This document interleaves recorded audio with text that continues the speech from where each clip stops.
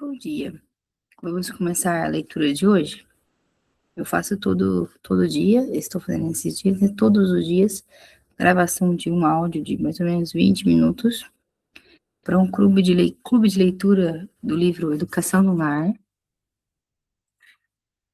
Eu vou começar a gravação aqui lá no grupo e eu estou aproveitando e gravando para vocês também. Vamos começar aqui. Bom dia. Hoje é dia 3 de junho, são 5h35. Vamos começar a nossa leitura de hoje. Entramos no capítulo 11 da parte 2, brincadeiras ao ar livre, etc.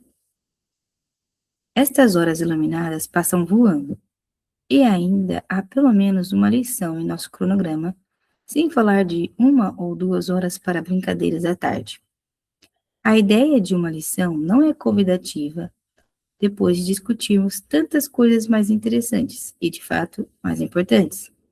Mas precisa ser apenas uma pequena lição, com 10 minutos de duração. E esta pequena pausa e esforço de atenção darão maior gosto ao prazer e ao lazer que se seguirão. A lição de francês. A lição diária de francês é algo que não se deve ser omitido, que as crianças devem aprender francês oralmente, ouvindo e repetindo palavras e frases em francês, que essas lições devem começar bem cedo, para que a diferença de sotaque não as atinja, mas pronunciem a nova palavra francesa como se fosse inglesa e a usem livremente. Que elas devem aprender algumas, 2 ou 3, 5 ou 6 novas palavras em francês diariamente e, ao mesmo tempo, manter as antigas palavras em uso, são pontos a serem considerados mais profundamente depois. Nesse meio tempo, é tão importante manter a língua e o ouvido familiarizados com os vocábulos franceses que nem sequer uma lição deve ser omitida. A lição de francês pode, no entanto, ser elaborada de forma a se adequar ao espírito das outras ocupações ao ar livre. A meia dúzia de palavras pode estar relacionada às folhas, aos ramos, à casca ou tronco de uma árvore, ou às cores das flores, ou aos movimentos do pássaro, à nuvem, ao cordeiro, à criança. De fato, as novas palavras francesas deveriam ser apenas outra forma de expressar as ideias que, naquele momento, ocupam a mente da criança. Aqui nessa lição de francês, nós, Brasil, aqui podemos usar como as lições de inglês, que é a nossa segunda língua, né, mais falada. Ela morava na Inglaterra, então o francês era mais falado. Então, seria a segunda língua.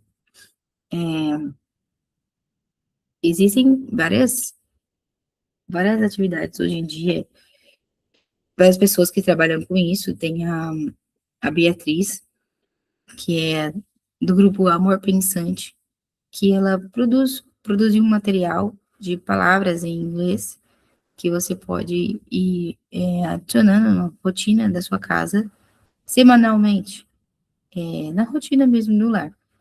Ela também dá várias dicas muito boas, como, por exemplo, nomear um cômodo por semana, escolher, se eu não me engano, se eu estiver errada, ela me corrige depois, escolher uma cor e trabalhar uma cor por semana, um cômodo por semana. Naquele cômodo, todas as coisas que você pesquisou anteriormente e nomeou em inglês, para quem não sabe inglês, né? Para quem sabe inglês fica mais fácil. Mas para quem não sabe, coloca uma etiquetinha com o nome das coisas e naquela semana você trabalha aqueles nomes, aquelas palavras daquele cômodo. Então, se eu escolhi o quarto, né, procurar falar frases em inglês, e no quarto falar as palavrinhas de inglês daquele lugar por uma semana. Depois ela me corrige se eu falei errado, que ela tá aqui ouvindo esse áudio também. Brincadeiras barulhentas. As brincadeiras vespertinas, após a refeição, são uma parte importante das atividades do dia para os filhos mais velhos, embora os mais novos provavelmente estejam exaustos a essa altura. devido à incessante agitação, por meio da qual a natureza fornece o devido desenvolvimento de seu tecido muscular. Deixe que os pequenos durmam sob o doce ar puro e acordem revigorados. Enquanto isso, os mais velhos brincam. Quanto mais eles correrem, gritarem e movimentarem os braços, mais saudável será a brincadeira. E essa é uma das razões pelas quais as mães devem levar seus filhos para lugares isolados, onde eles possam usar seus pulmões, para a alegria de seus corações, sem o risco de incomodarem alguém. A estrutura muscular dos órgãos vocais é, muitas vezes, negligenciada. As crianças, contudo, gostam de se entregar a clamores e gritos, e essa brincadeira mal educada e barulhenta, com a qual os adultos não têm muita paciência, é justamente a maneira pela qual a natureza proporciona o devido exercício dos órgãos internos. E desse poder operante dependem largamente a saúde e a felicidade futuras da criança. As pessoas falam de pulmões fracos, peito fraco, garganta fraca, mas talvez não ocorra a todos que pulmões fortes e garganta forte são constituídos nos mesmos termos que um braço ou pulso fortes, por meio de exercício, treinamento, uso, trabalho. Ainda, se as crianças puderem dar voz musicalmente e mais ritmicamente ao som de suas próprias vozes, tanto melhor. A esse respeito, as crianças francesas estão em melhor situação do que as inglesas. Elas dançam e cantam inúmeras cantigas de roda brincadeiras em sequência. Brincadeiras como essas, sem dúvida, imitam casamentos e enterros, da mesma maneira como as crianças brincavam há muito tempo nos mercados de Jerusalém. Daqui é uma dica interessante que eu já vi também. Eu tenho até um materialzinho de brincadeiras ao ar livre. Deixa eu ver se eu encontro aqui para vocês.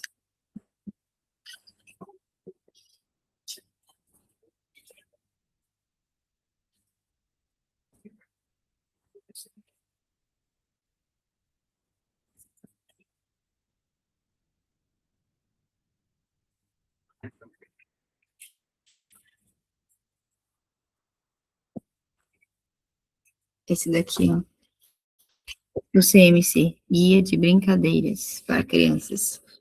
Eu sigo isso? Não. Eu estou muito ruim. Eu estou zero, nota zero como mãe de crianças pequenas. Eu tenho um cronograma de brincadeira que você vai fazer na semana 1, semana 2, semana 3,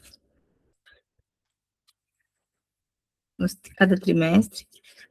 Depois tem a explicação da brincadeira. Mais uma coisa para eu anotar aqui que eu tenho que fazer com as crianças. Vou até anotar já,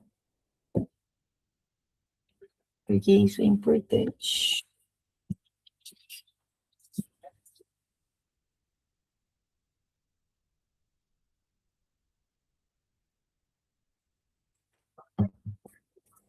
Mostrar.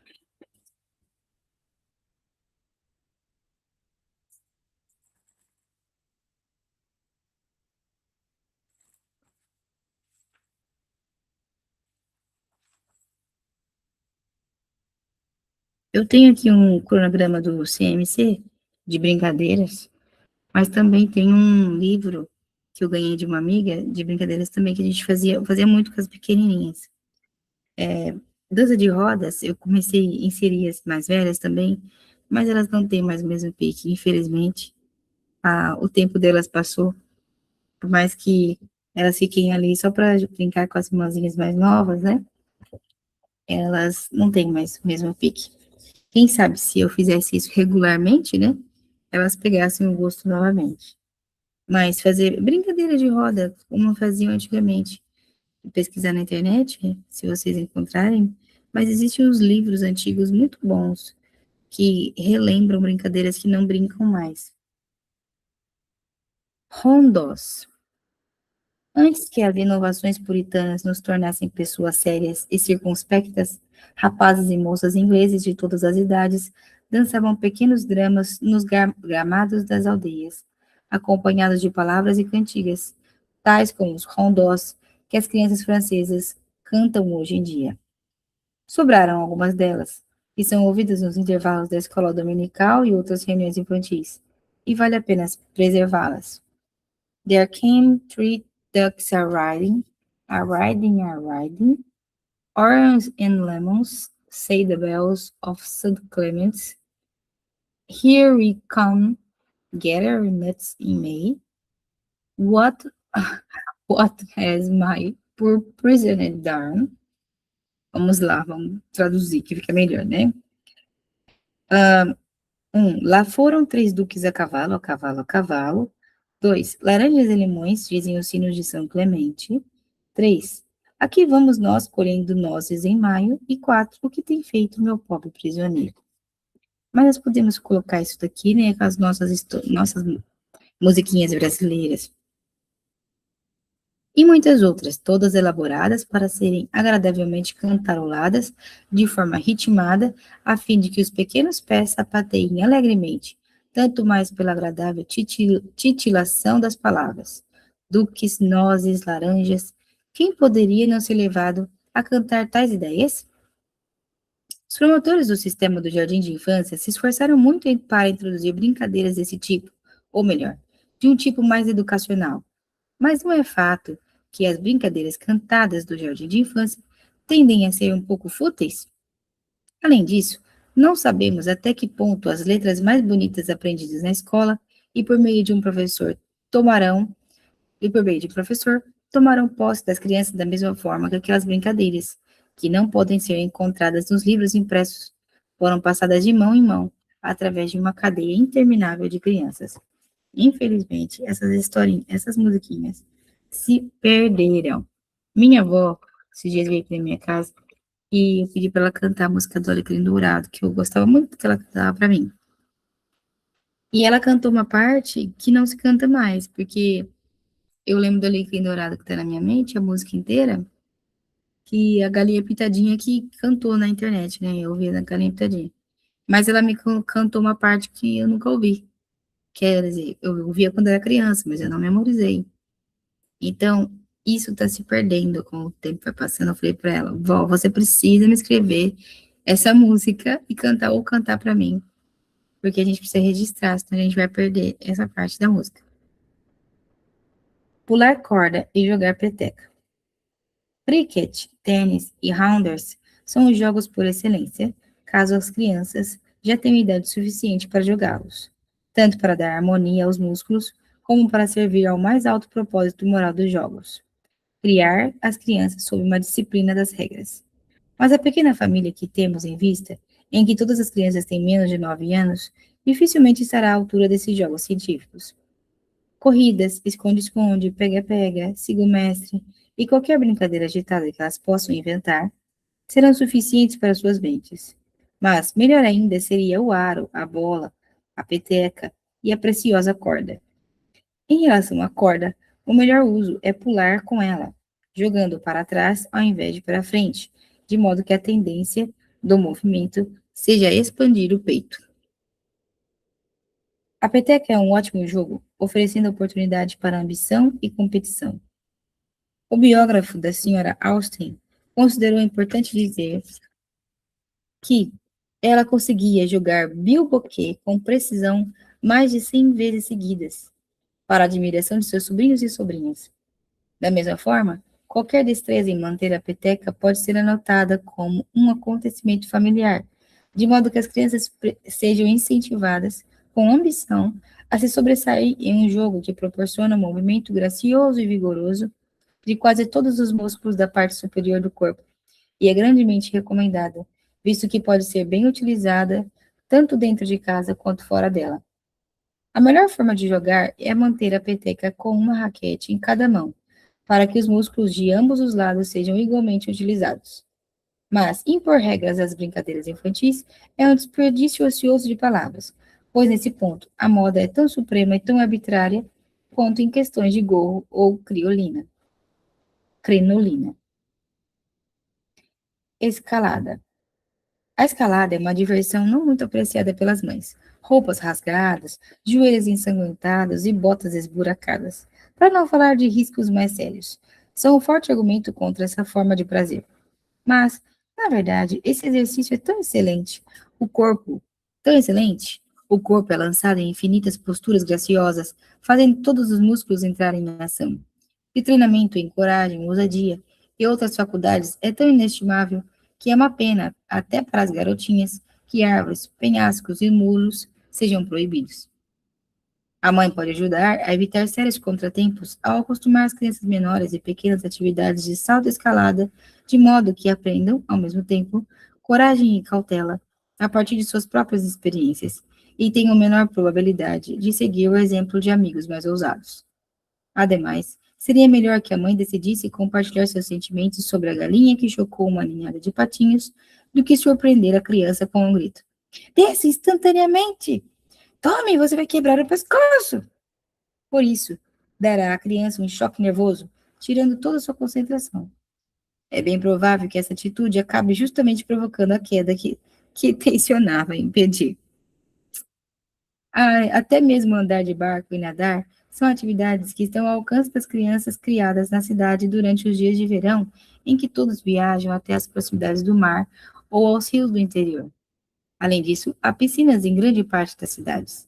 Seria bom que a maioria das crianças de 7 anos fossem ensinadas a nadar, não apenas pela possível utilidade dessa arte, mas como lhes dando um meio adicional de movimento e, portanto, de deleite.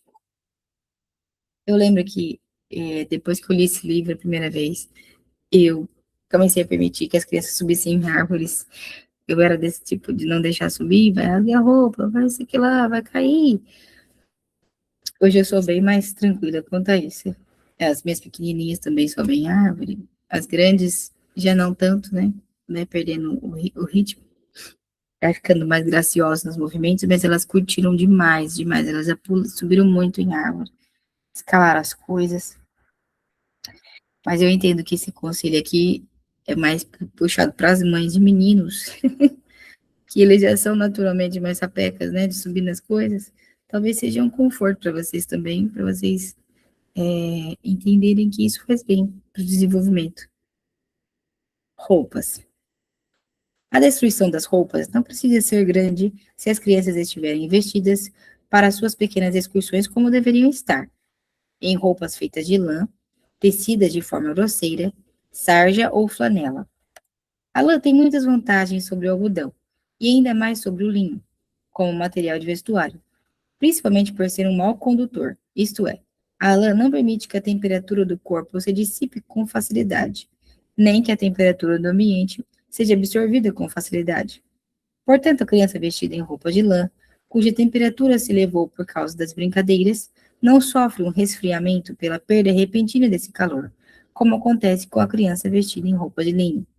Além disso, a lã é mais fresca sob o sol e mais aquecida na sombra. Perguntas para o uso dos estudantes. 1. Por que a lição de francês não deve ser omitida? 2. Por que as crianças devem se entregar a clamores e gritos ao ar livre? 3. Por que os rondós devem ser preservados? 4. Quais são as melhores maneiras de usar a corda e a peteca? 5. O que dizer da escalada? 6. O que dizer das roupas de lã? Capítulo 12. Passeios em más condições climáticas.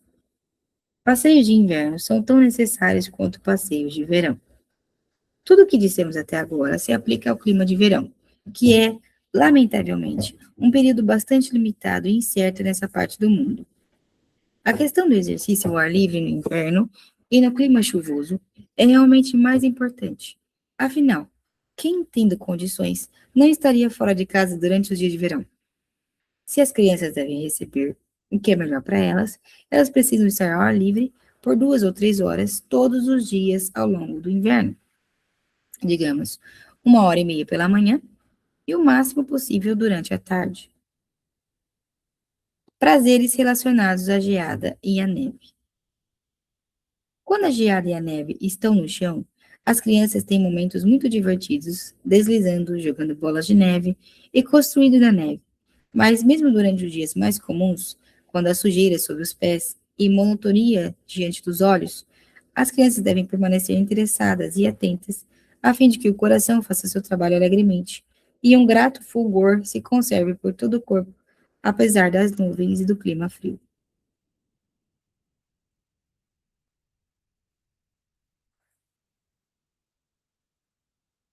Observações de inverno.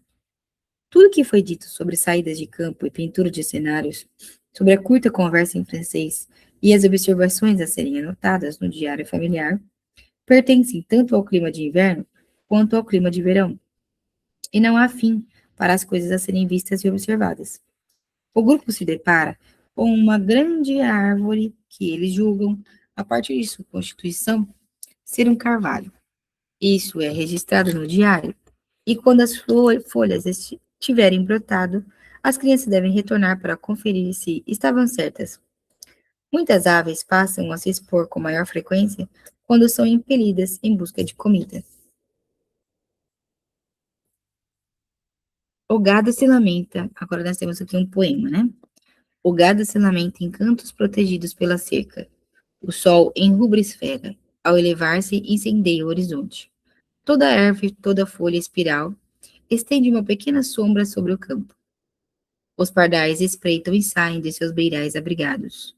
O pinta-roxo gorjeia ainda, mas está satisfeito com notas tênues e mais da metade suprimida. Feliz com sua solidão e voando de ligeiro, de ramo em ramo onde descansa e se agita, entre os muros, entre os muitos galhos em que pendem gotas de gelo que tilintam nas folhas secas abaixo.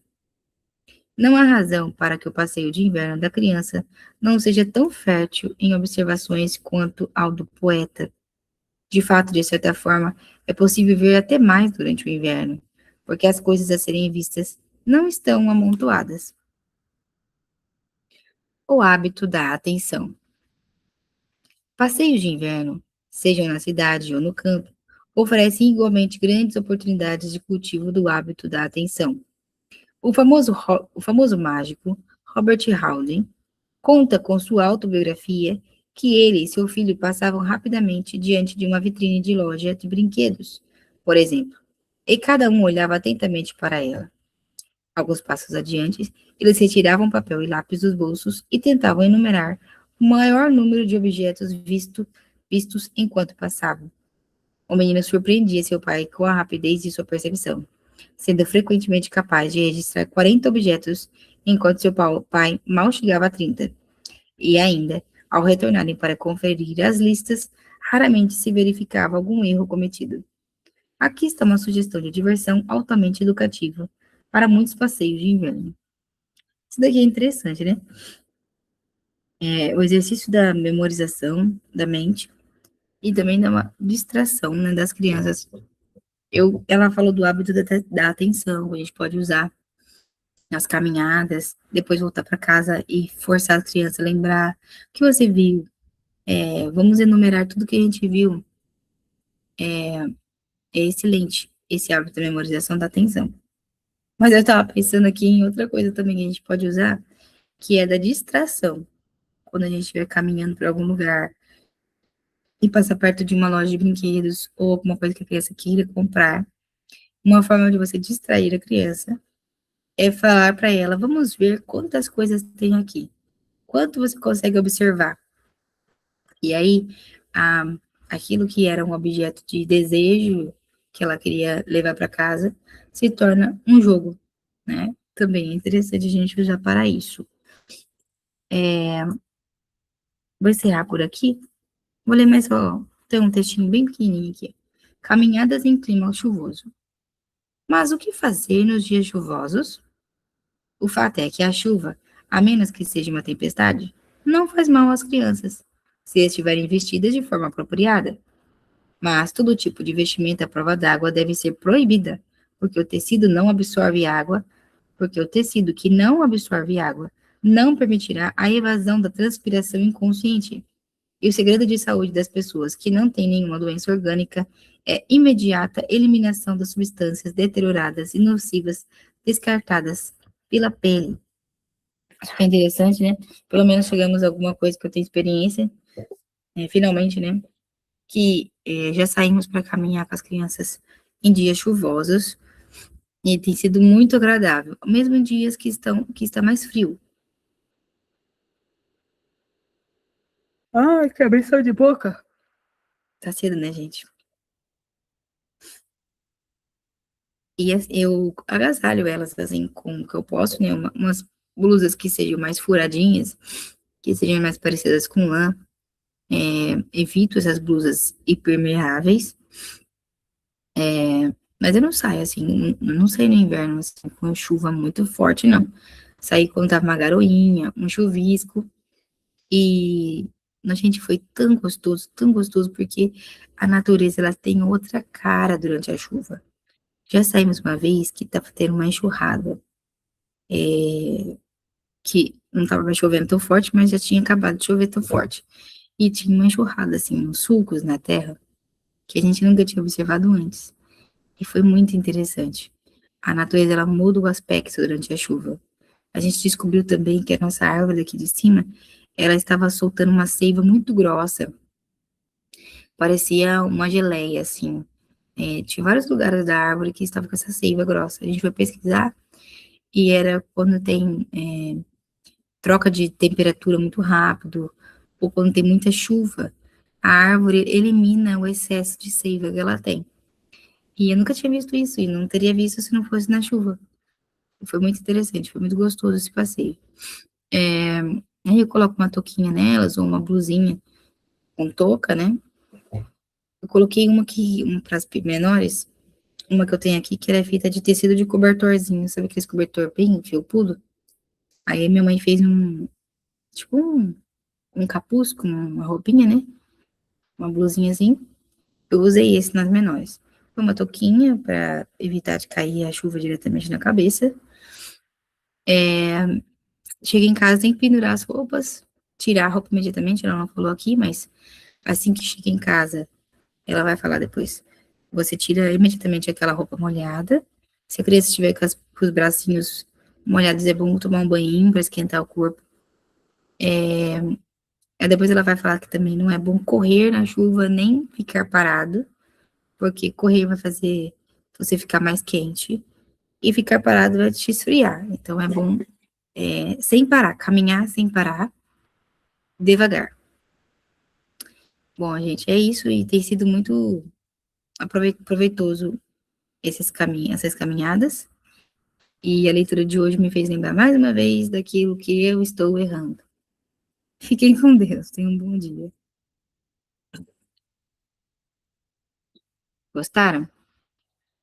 Encerrei aqui o áudio do grupo. Agora vou fazer um textinho explicando o que foi falado hoje. E assim está encerrada a nossa leitura de hoje. Fiquem com Deus, vocês também aí do YouTube.